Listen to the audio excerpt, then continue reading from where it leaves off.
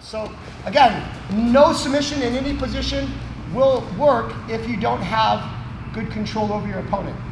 So don't think that you can just slide into this weird Kesa Gatame position without weight distribution or kind of weathering the storm of his movement, and then all of a sudden you trap his arm and then you submit it. Most times you're going to have to weather the storm, kind of feel him out a little bit, and then once you feel the opening, get the wrist down, trap. You can go for option one if he turns out, which he did for number two, cross, leg over. A question that was asked, can you cross your ankles and do it? Sure you can. I just really like to focus on this knee being below, thigh being below the elbow. This allows me to edge up this way. So that's another way to finish. But go here, slide back. Now, a lot of times when you get to this position, or a good Kesa Gatame position, the person's going to lock his hands together, or he's going to start framing and start pushing you away to try to create space.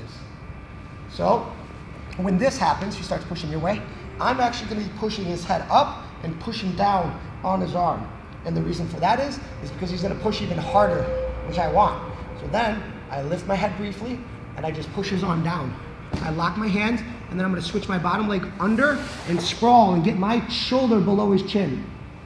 Once this happens, my hands are locked, my head is going to go to his head and I'm going to be pushing his head off to the side, and then I'm just going to drive my shoulder and then sprawl and drive like a bomb diver, bird diving in for his prey, boom, in an angle with my shoulder. So I'm driving in and choke him out.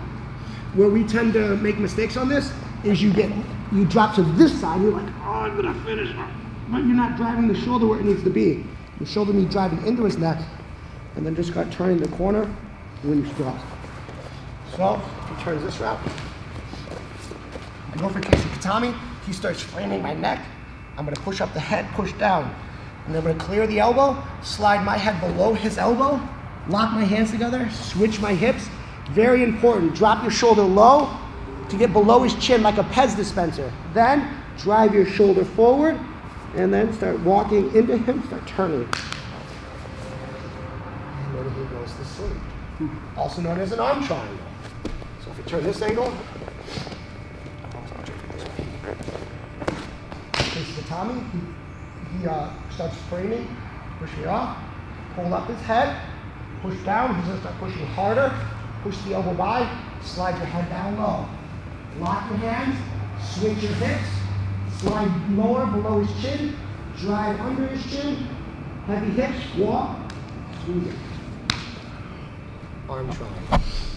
Keep your eyes open when you get choked, and breathe. 1, 2, 3. Let's go.